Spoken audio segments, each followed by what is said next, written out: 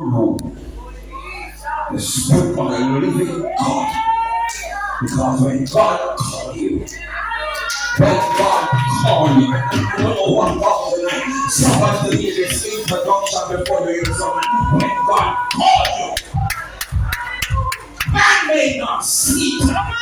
Man may not recognize it. They may not even applaud you. They may not sing a song for you. But if God call you and appoint you, He will exalt you. He will keep you.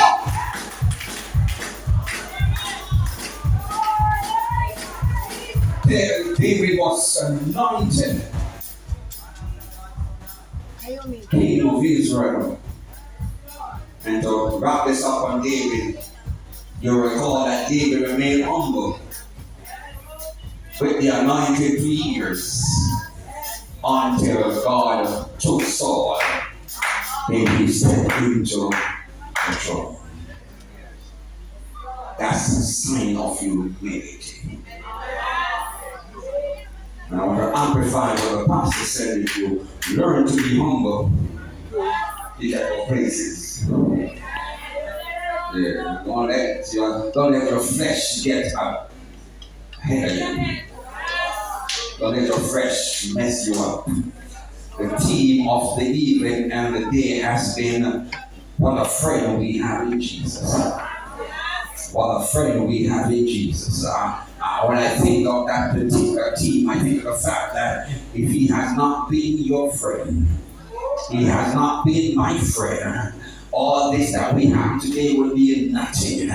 But because we have found a friend in Jesus, someone said He's everything to me. He's the fairest of 10,000 to my soul. He's my lily of the valley. He's the bright and the morning star. He's the fairest of 10,000 to my soul. And he continued to sing that song that aligned with the theme. It said, oh, in sorrow He is my comfort. That took care of the first segment of the day because when emptiness is around you, He comes and He gives you a comfort. In sorrow is my comfort, in trouble is my stay. Because when chaos comes into your life, He comes and He straightens it out. Oh, in sorrow He's my comfort, in trouble He's my stay. He tell me every care unto when fear comes in, He drives it out. He put a praise in your heart, and a praise on your lips, and He give you victory over your fears. Okay, amen. The sermon is finished. What a God we serve. What a God we serve. What a God we serve. Do you realize that Israel, fear is really a bad thing, you know? Israel.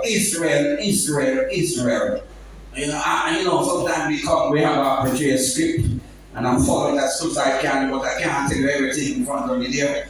I could speak from my heart so many times, and right now I'm talking to some young person in this house who were like me. You grew up in the church.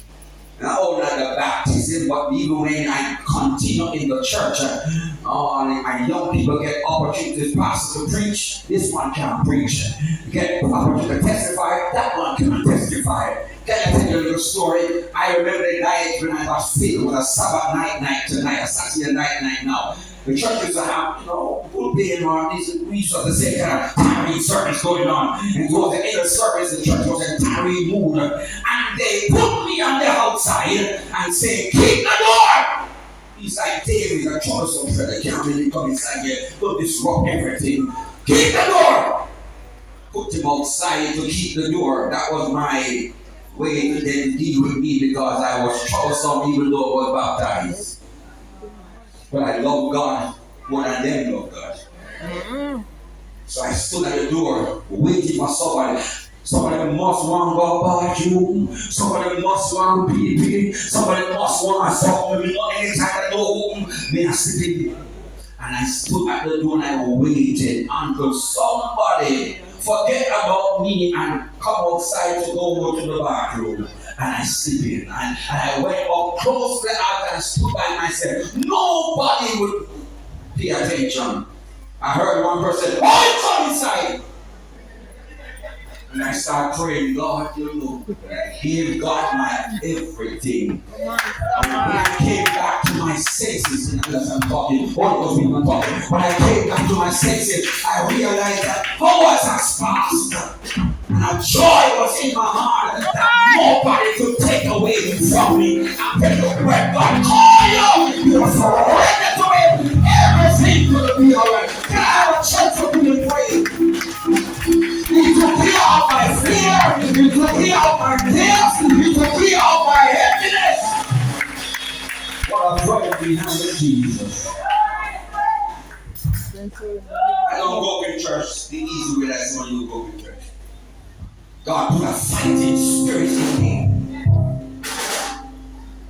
I said, if you're not making no trouble in church, you don't need to tell nobody what I just said. They heard it many times. I said it all many times. First time I get a time to preach a sermon in church, I always laugh at it, because I'm pastor in the same church. They say the first time I get a chance to preach a sermon in church, and this has never happened since then. But the first time and the only time it happened in all the years I've been to church, that we have divine service. We have a sermon being preached, we have a prayer being made, and the benediction pronounced, and we have members meeting. So they asked the pastor, who gave you permission to let that one go preach? God is a God of poetic justice. Because after that pastor died, the next person who stepped in the pulpit into this day is the same one nobody said could go in the pulpit. Now it's my time to rule the pulpit. I say that over. I say, when God lays hands on you, don't let fear grip you. Don't let people outside you. Fear is many times fear grip your heart because people open their mouth and say what they should not say and speak in your spirit and you believe it. Come on.